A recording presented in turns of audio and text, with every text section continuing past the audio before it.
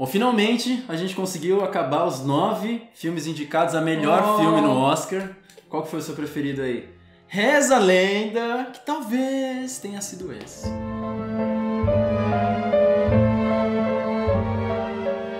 Reynolds é um estilista que faz roupas da mais alta costura para as mulheres da mais alta sociedade. Quando ele conhece Vicky, uma garçonete meio plebeia, assim, eles passam a ter uma relação sedutora e também bastante tóxica. A gente pode parecer combinado, mas não é uma coisa incrível, assim. Eu e o Nathan, a gente ultimamente tem tido opiniões bem diversas dos filmes. O pessoal até pergunta pra gente se é combinado, assim, pra gente mostrar 2 pontos de vista de um filme, mas acreditem, não é. Acontece também da gente gostar dos mesmos filmes. Engraçado que normalmente os filmes que a gente mais gosta costumam bater de serem os mesmos. Sim. Mas quando a gente tá lá no meio termo, a gente acaba... Às vezes aí dividindo bastante as opiniões, que foi o que aconteceu hoje. Mas no caso eu gostei bastante e já você... Gostei, reconheço as virtudes, na verdade gosto bastante das virtudes, mas ao mesmo tempo fico meio questionável, assim, moralmente falando. Então aí vamos começar com um dos pontos fortes do filme, que é a atuação, o elenco. É até chovendo molhado falar que o Daniel Day-Lewis é um grande ator, mas ele é um monstro. Cara, ele é um camaleão. Sim, assim, literalmente, porque ele consegue ser um cara histriônico, expansivo, né? meio medonho num filme como Sangue Negro, que é também do Paul Thomas Anderson. E nesse filme aqui, ele consegue fazer exatamente o contrário. Justamente nos momentos em que ele demora pra falar, em que ele fica olhando meio que pra um vazio, enquanto a pessoa fica esperando uma resposta dele. Mas ainda assim ele não deixa de ser egocêntrico. Não deixa de ser egocêntrico. E ser uma pessoa bem difícil de se lidar. Mas ainda assim ele consegue ter um poder magnetizante, que ao mesmo tempo que a gente comentou na sinopse, ele consegue ser um cara muito sedutor, mas também bastante cruel. Acho que ele tem elementos que todo ator desejaria ter. Porque assim, ele consegue se adaptar em todos os papéis que ele produz, e são em todos os sentidos. No olhar, no tom de fala, na forma como ele se porta. Então você até realmente... mesmo no cabelo, às vezes, sabe? Você... Tipo, se o cabelo tá mais pra frente, mais pra trás. Uma coisa que a gente às vezes sempre discute é que tem aqueles atores que desenvolvem aquelas muletas. Né? Que ele sempre tem aquele gesto para expressar algo que ele sente. Uhum. E ele, a cada filme, consegue criar um gesto único e diferente para aqueles personagens que tornam ele bem mais rico. Então, é realmente chover no molhado falar dele. Mas seria injusto não falar dos outros atores também, porque... As outras mulheres, né?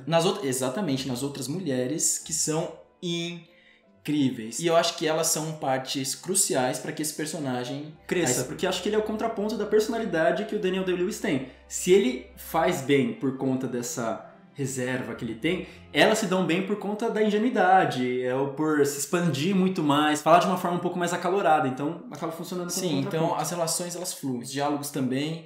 Então assim, por mais que seja um filme de época e que tenha aquele diálogo mais carregado, ainda assim ele não é cansativo, não é repetitivo. Então eu acho que nesse ponto não tem o que questionar. Não tem, acertou em cheio. E puxando disso, você vê como o Lewis ele tem um carinho expresso muito mais forte pelas roupas, pela obsessão que ele tem dessa arte que ele cria, do que pelas amadas que ele supostamente fala que ama. Pra mim é quase que uma obsessão. Todo grande artista tem isso, né? De amar muito mais o que ele faz do que as próprias pessoas que rodeiam ele. E nesse caso também é a mesma coisa. Bom, o Nathan vai dizer que eu sou repetitivo, porque toda vez eu gosto de falar do design de produção. E que americanos sabem muito bem fazer o design de produção. Porque ele vai ganhar o Oscar de melhor figurino, obviamente. Cara, mas aqueles vestidos, eles ganham vida praticamente. Eles são personagens. São mais personagens do que as mulheres, muitas vezes. Foi uma pesquisa, assim, ferrada pra conseguir fazer os vestidos aí de acordo com a época em que o filme se passa. Então aí acho que é um ponto muito positivo também. E uma outra coisa que eu tenho que citar, por mais que eu não goste do filme, é que eu acho ele muito sutil em várias construções do que ele faz. E isso dialoga mais uma vez com as atuações. Então, por exemplo, logo no começo do filme você vê como o Daniel Day-Lewis ele rejeita uma das mulheres com que ele estava tendo uma relação pelo simples fato dele não dar nem atenção quando ela oferece umas rosquinhas. Quando ele conhece a moça, uma coisa muito sutil, muito rápida, ele vai lá e come a rosquinha. Então ele não precisa nem ter sido oferecido. Já vê um encanto um pouco maior, por mais que ele coma pela metade, então se a gente for criar uma interpretação em torno disso, é meio que como se fosse uma chama de algo que começaria a desandar mais pra frente. E essa mesa de café da manhã, ela é um marco no filme, né? Porque ela também é quase outro personagem. Porque ele acontece muitas coisas importantes no filme, né? Discussões, você percebe ali muitas características do personagem que se desenvolve ali, o quanto ele é metódico, excêntrico. Então ali muitas cenas importantes acontecem nesse dialoga momento. também com a construção de design de som que o filme tem, né? Porque é importantíssimo para construir a personalidade que ambos os personagens têm, que a gente acaba escutando vários sons do nosso cotidiano, coisas que a gente relevaria, alguém passando manteiga na torrada, batendo na xícara, só que nesse filme ele faz questão de enfatizar isso para que a gente entre, de certa forma, no psicológico do protagonista. Mas, vou te falar um negócio, já que você falou que você se acha repetitivo no design de produção, ai de você se não reclamar da trilha sonora. Não, porque se eu não reclamasse da trilha sonora, eu seria a pessoa mais incoerente Contraditória. e contraditória desse canal. mundo. Mas, porém, Contudo, entretanto, todavia, mande. nesse caso, ainda dá pra você defender melhor, porque assim, o filme ele tem uma música constante. É uma música belíssima, mas que às vezes ela acaba cansando, exatamente, ela acaba ficando repetitiva. Porém, eu acho que ela faz sentido porque o personagem, como você mesmo citou, ele é uma pessoa muito reservada, ele gosta do silêncio para refletir sobre as criações dele, e o que mais incomoda ao redor dele são os sons, por menor eles que sejam. E aí essa música constante, ela meio que contrapõe esse estado de espírito desse personagem. E aí quando chega alguns momentos do filme em que essa música se corta, eu acho que ajuda muito a crescer o suspense daquela determinada cena. Então, por mais que essa música aí me incomode, eu consigo defender ela melhor do que no Sacrifício do Cervo Sagrado, pra você não dizer que é só porque é um filme do Yorgos Lanthimos, tá? Eu até concordaria com você se a música fosse do mundo diegético em que o personagem se situa. Obviamente, não faria sentido narrativamente Sim. que o som estivesse Já pensou? junto com ele escutando. Mas, por mais que a gente tenha que entrar nesse psicológico dele, eu acho que, através do design de som, você tem um efeito muito mais potente de fazer isso do que pela trilha sonora. Eu sempre optei por usar sons diegéticos, e na faculdade eu brigava muito com os meus amigos pra falar, não vamos colocar trilha musical, e eu sempre era o chato que nunca aceitava as trilhas musicais. Nesse caso eu até consigo defender melhor, mas eu acho que poderia ser menos. Lembra que a gente comentou lá no Me Chame Pelo Seu Nome? Eu fiz aquela interpretação em torno do amor deles, que vai e depois se esvai junto com a trilha sonora. Eu acho que por mais que ela tenha um efeito que acabe nos cansando, você pode criar um sentido que faz sentido. Sim, então eu prefiro acreditar que tenha mais sentido. Pronto! E uma outra palavra que você citou que eu acho que sintetiza muito bem esse filme são as sutilezas. Uma cena que me marcou muito, por exemplo, é quando ele leva a mulher com quem ele se apaixona e acompanha ele o filme inteiro, numa espécie de ateliê que ele possui, e ela experimenta um vestido e depois ele vai tirar as medidas dela. Por mais que ao longo do filme ele apresente um comportamento bem escroto e bastante machista, mas nessa cena eu achei muito bonito, porque não só através das palavras, através da obsessão dele e dos movimentos, ele consegue aí conhecer ela mais do que ela mesma. Então ele ajuda essa mulher a florescer, a se conhecer. É uma coisa que mais do que ele fazer com que ela reconheça que é bonita, é ele definindo, não, você é ou não é bonita. Isso com todas as mulheres do filme. E eu acho que essa relação que você comentou do corpo e do ser, eu acho que faz bastante sentido também, eu concordo com essa coisa da sutileza, porque durante todo o filme eu acho que numa cena em que tem um desfile, isso fica muito evidente.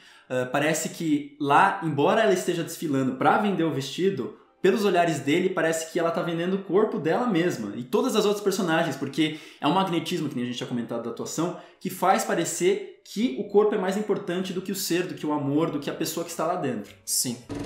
Não à toa, o nosso protagonista, né, o Reynolds, ele só vai fazer uma demonstração de amor pra Alma. A Alma é a mulher que ele se apaixona, que acompanha ele o filme inteiro. Né? Que é numa cena de um beijo lá, primeiro beijo que a gente vê em câmera, inclusive, quando ela passa a incorporar o discurso de obsessão que ele tem pelas roupas. Que é uma cena lá que envolve um vestido e uma moça bêbada. E a partir daí começa a surgir todo um discurso de servilhência da mulher, que sempre tem que suprir o homem, sempre servir ele, se desculpar mesmo quando ela tá certa. E pra mim, por mais que esse filme tenha toda essa beleza estética, que tenha todas essas sutilezas, ele acaba encampando todo esse discurso, que é bastante problemático, ao meu ver, por trás dessa coisa toda. Então, eu já discordo um pouco de você, porque assim, é um filme de época.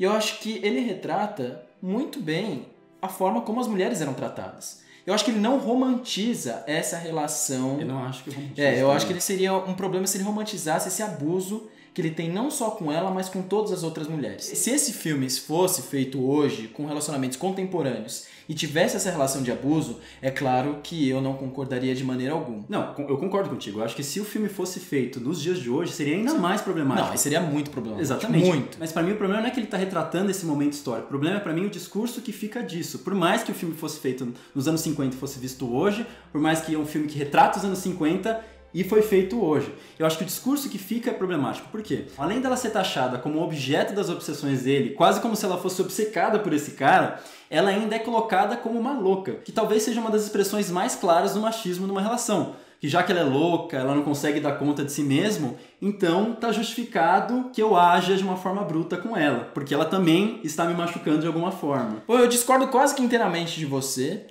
Vamos lá, porque eu vou dizer um pouco de spoiler, então se vocês quiserem pular.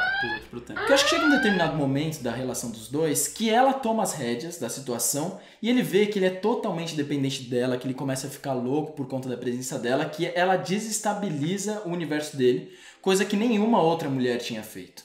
Então, eu acho que essa loucura não está em si nela, mas em si na relação intensa que esses dois personagens possuem. Então, eu acho que vai chegando no final, vai havendo aí uma equivalência. Eu concordo que ela desestabiliza a relação, mas o que fica claro naquelas coisas dela envenenar e desenvenenar é que entre esses intervalos ele vai ser escroto tanto quanto ele foi com todas as outras pessoas. Que nesse meio tempo ela vai sofrer com isso, mas que tudo bem, ela vai poder envenenar o cara lá pra frente de novo. Mas qual que é o problema pra mim disso tudo? O problema é o tom do filme. Porque o filme ele começa como um drama seríssimo e no final ele tem esse plot que é um plot meio que fabulesco.